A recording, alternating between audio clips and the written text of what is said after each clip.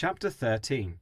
Now, from all that was said before, we can understand the analogue as it is above in godliness. This is the general matter of the Tzimtzum, which is called the empty place, and is the aspect of the withdrawal and concealment of his revelation within himself, so that afterwards there could be the aspect of an influence of light in a limited fashion, as mentioned previously. Now, this revelation was not completely removed or concealed. Rather, it is like the aforementioned analogy that when a teacher conveys a teaching in a brief manner, his knowledge of all the depth and length becomes concealed within himself. If so, according to this, even after the entire chaining down of the worlds of Atzilut, Bria, Yetzirah, and Asiyah, which occupy this empty space, the aspect of the concealed light of the essential self encompasses and surrounds the entire chaining down of the Kav. Furthermore, just as before the Tzimtzum, the light of the essential self filled this entire void and empty space, as stated in Eitz Chaim, so too after Tzimtzum, the light of the essential self is present, as it is, literally in an infinite aspect, except that it is not revealed below relative to the influence which reaches the recipients. However, in regard to his essential self, there is no change here whatsoever. This is like the analogy of a person who knows the entire length of a concept, so that even while he is teaching his student in a brief way, if questioned, he can immediately respond at length. However, the verse, he sets darkness as his hiding place, and the statement of the sages, at first there was darkness and then light returned, is only speaking in regard to creation below. This is because creation is drawn only from the aspect of the Reshimu, the impression, that remained after the aforementioned concealment. This then is the meaning of, you are holy, and your name, i.e. the essential light, is holy, and removed from creation. Similarly it states, you are he before the creation of the world, and you are he after the creation of the world. And as stated, I Hashem have not changed. This is because that which he afterwards reveals deep things out of the darkness and concealment through the radiance of the Kav specifically comes from the same essential light which precedes the Tzimtzum. This is the meaning of you are he, as known. However, the essential light cannot be considered to encompass the chaining down of the worlds which occupy the empty place, as an encompassing light encompasses an inner light, such as the general encompassing light of the Kav, which encompasses all the worlds of Atzilut, Bria, Yetzirah, and Asiyah equally.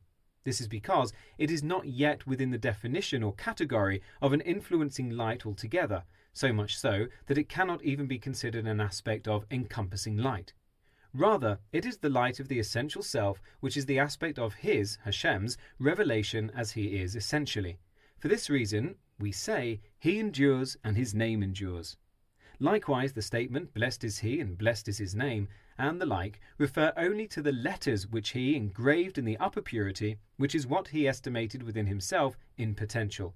Moreover, after Tzimtzum, this impression too remains in a way of slight concealment and withdrawal. In other words, it is only according to what is necessary for the chaining down, Hishtalshalut, which follows the Tzimtzum.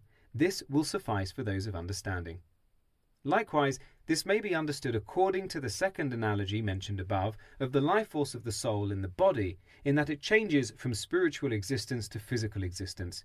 Here too, there is no change at all, since just as there is a connection and bond between the physical life force and the spiritual life force, in that we see that the soul is affected by the circumstances of the life of the body, but nonetheless there is no change in the spiritual essence as a result of a lack of spreading forth of life force to a physical limb, as explained previously, so too there is no change in the essential light of godliness even as it radiates after the Tzimtzum.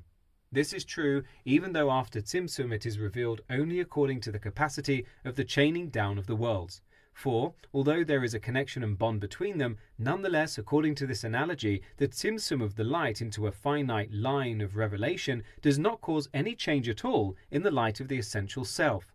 This is likewise the case according to the third analogy of the physical movement, which comes from the spiritual power of movement, Koach HaTanuah, or similarly, according to the aforementioned analogy of the insight, the Chokhmah, which comes from the power to conceptualize, Koach HaMaskil. All these analogies arrive at the same theme as explained before at length. This will suffice for those of understanding. Now, it was explained above that the aspect of the impression, the Reshimu, is like a summary which includes the entire length within it. From this it is understood that above in godliness, this is the power to limit Koach HaGabbalah, which exists in the infinite light, which is essentially unlimited. In other words, he has the ability to bring the entire radiance of the essential limitless light into an aspect of limitation. This is the matter of the impression, the Rishimu, within which the entire essence of the infinite light is included in a limited fashion, similar to the analogy of the brief summary which includes the whole concept within it. This is possible because Hashem, blessed be He, is all-powerful and therefore also includes the power that limits Koach HaMagbil. He can therefore limit and include the entire essential light in a single impression, as explained elsewhere at length. However, actually, the above is not an accurate analogy for the aspect of the impression, the Rishimu, that remained in the aforementioned void and empty space. This is because this impression indicates that everything was withdrawn from there. It does not indicate that some light remained, albeit in a brief and limited fashion. Rather, in truth, only an impression remained. This being the case, a true analogy for the Rishimu, the impression, is the analogy of the short lines and signs of the blueprint that architects draft, which includes the entire length of the construction of the building. An even greater example of concealment is the analogy of a person who makes a sign for remembrance, as previously explained. Similarly, regarding how it is above in regard to godliness, it states, the remembrance of your kindness, and the like, in reference to the essential kindness of Hashem. An even greater example of concealment and withdrawal is like the aforementioned analogy of one who throws a stone. Similarly, it is stated in Sefer Bahir, it is as if it was thrown, etc. This is because the aspect of the Rishimu, impression, remains separate and distant from the essential light. This power which is concealed within the impression, the Rishimu, is called the aspect of the concealed light, which is separate from the concealed essential light of the infinite. This is similar to the separate force concealed in a thrown stone. The force which propels the stone comes from the power of movement of the hand, which already becomes concealed within the self once the stone leaves his hand. This is comparable to all the stars and planets whose orbit is caused by the hidden godly power of movement which comes about in an aspect of a throw from the light and godly force of the 9 external vessels of Malchut of Asiyah. This godly force which propels them is a separate force and is called the aspect of Malchut, which comes out as separate and distant from its source. This is unlike the force vested in the fingers when a person writes, or the power of the hand as it applies itself directly upon an object. These are examples of a revelation of the essential power in a way of closeness and are called the aspect of Malchut, as explained elsewhere at length. An analogy which is even closer to the aspect of impression, Rishimu, is like how an intellectual concept is concealed and hinted at through a physical motion of the hand. This is called the aspect of investment or containment within a separate matter. This is likewise the case when a person writes, so that the intellect and insight are invested in the movements of his fingers, as mentioned previously.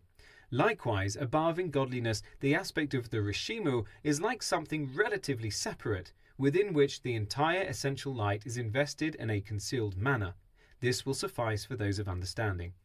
Now, through all of the above analogies, we have at least understood the general matter of the Rishimu, the impression.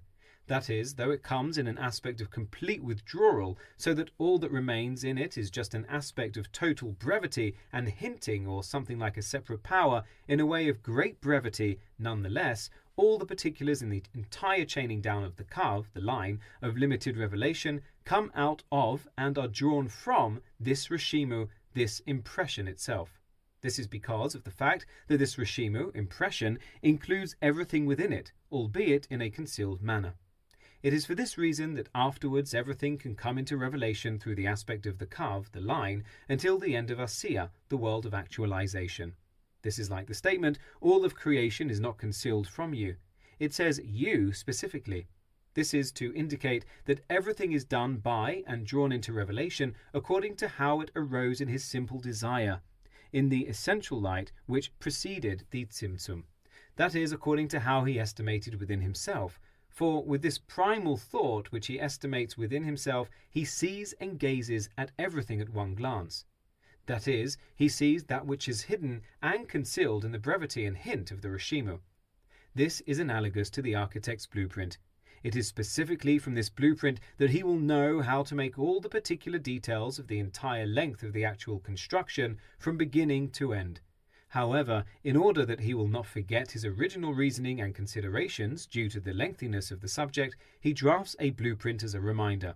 In this way, he will not veer from his original path, and he will not have to rethink the matter within himself anew. This is likewise the case in the matter of making mnemonics for a deep study within himself. These are beneficial to him in the fact that through them he is reminded and knows the entire length of the analysis of the depth within himself, so that he will not stray from his reasoning, etc. Likewise, this aspect of the Rishimu, the impression, within which the entire light of the essence is concealed and included in the way of a summary or hint, is itself the source for the drawing down of the Kav v'chut. It is the source both of the aspects of the encompassing lights and the inner, pervading lights of the entire creation from beginning to end. This is so that everything should be created exactly as it arose in his simple desire and wisdom in the essential self of the infinite light, literally. This is the meaning of that which is stated elsewhere, that a point contains two opposites, concealment and revelation. It is concealment relative to everything above it, but on the other hand, all revelation to the recipients comes about specifically from it. The revelation is the aspect of the kav, the line, which is drawn from the Rishimu, the impression. The kav line is in the shape of the letter vav, which begins as a yud, and is drawn down as explained elsewhere at length. Through all of the above, the general matter of the tzimtzum, which is called the empty place, and the aspect of the Rishimu and the kav may be understood. It is understood that this is a self-restraint only in order that everything will be drawn into revelation. This then is the meaning of the verse, "With you is the source of light, in your light is seen light."